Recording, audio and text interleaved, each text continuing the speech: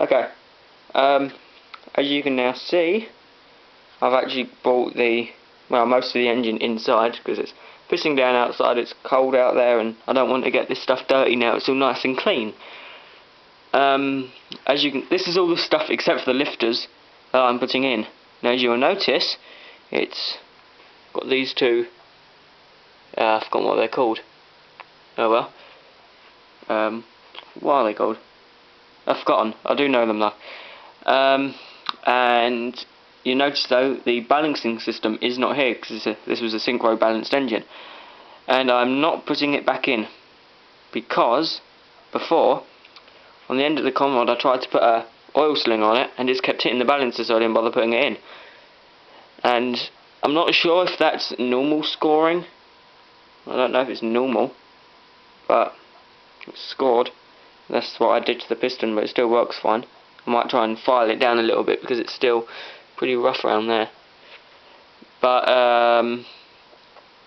without that balancer system in, I can now put the oil slinger on it, and now the engine will be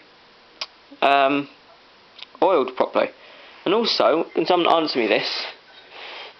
Here is nice and shiny, but here it's not. There was a coating on it and it was all coming off.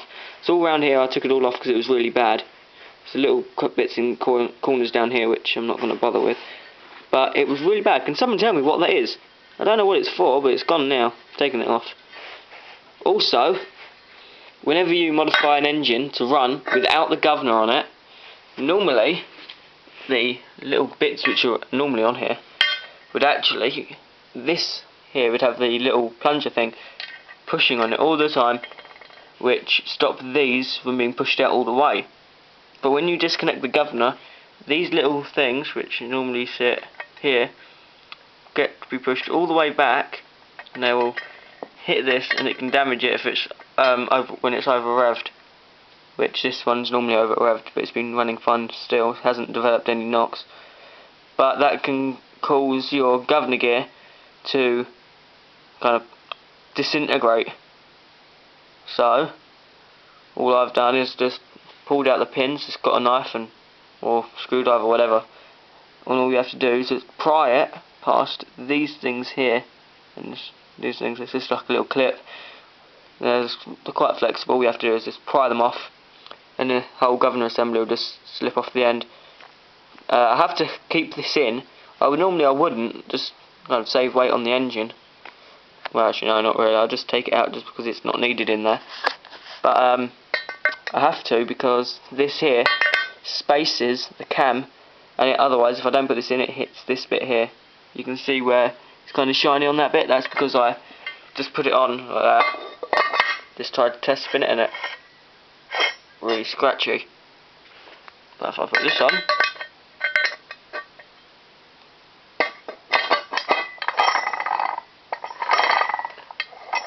it's a lot better. Also, the inside of the block is nice and clean now. Very nice and clean. I want to try and get this out, part of the synchro balancing system, but it doesn't actually move. I can't get it out. Okay. And also, it's pretty dirty in here, but I got all the stuff I could get out. I've got off. Here you can actually, that's a good bit to see. That's where it was the cross hatching. Nah, it's not actually that bad. It's not terrible. But anyway, the crank is good except for these teeth here. On the end it's a little bit mullered up because I was trying to get the flywheel off. But all I'm going to do is I'm just going to nip the end of that off and get a new flywheel bolt, and it'll be good as new. Either that, or I can take it in school, bang it in the lathe and just machine a new thread on that. It's not hard. Also, when the engine's running, the oil getting splashed around ends up going through this hole and out here, and that causes all the oil to piss out the PCV, the little hole on the side of the engine. What I'm going to do is I'm going to block this hole up, but the little hole which is here, which exits just there, that there will vent the crankcase, but oil won't piss through and end up pissing outside the engine, getting on the exhaust. I haven't bothered porting it or anything, but I ain't bothered. This engine, once you've taken off all the governor anyway, once you've taken off the governor, you can't really get any more performance out of it. You can't complain about performance. Once you've taken all that off, you've got heaps of it. These pins here don't come out, which is good, because otherwise I would lose them. It's also got these mounting points here for a different style of starter motor, but I can't see how that would fit because it hasn't been machined. I am going to be putting a new flywheel on here. The stator is outside, the old flywheel's outside. I haven't taken the valves out because I know for a fact they're still good. Not that I've actually checked them, but I know they're good because I only put an extra couple of hours on here since I lapped them last. So they're still, they should be absolutely perfect still. I'm going to buck up the old governor hole because oil came out around there. Now I've got this engine actually remotely clean. I don't want to get it dirty again. Not covered in oil on the outside. What's this all about? I hate that thing. I've just uploaded a video. Q? For God's sake, why won't he reply? Oh well. It's gone a bit skew. I was trying to load it while... oh, that's better. I was trying to reload this page while I was uploading videos and it doesn't reload properly. I've also cleaned this up completely. See, oil drainy thing. What else did I do? I've cleaned the outside of the starter motor. I cleaned the piston, the rings, washed it all. Same with the... Actually no, the crank I didn't. The crank I've just wiped over. This has been washed. The engine block I didn't wash. But I have done a lot of cleaning on that, and now it's pretty much new, except for all this bit here. Except for this here, because I can't get at it. It's quite hard to clean. Yeah, that's just about it for now. Actually, I might go on eBay in a little bit.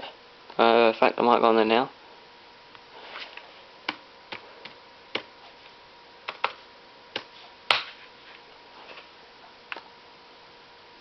Let's see if I can... Oh, actually, I'll show you the engine. I wouldn't mind getting the parts for this thing.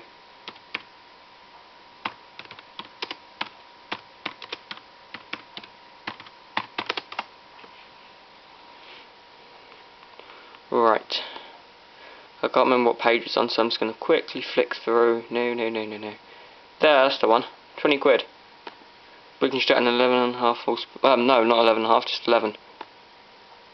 It's a nice C. I don't think... Oh, crap, I forgot they don't do that thing, and they don't put it at the bottom anymore. Oh, look, it's pre-straight piped. No, it's not a synchro balanced. It's a nice C series. But hopefully that has a good flywheel. I won't be able to buy this one because I don't have any money right now. How much is it postage? Sometimes they do post. Oh no, this isn't. I did find a really nice. There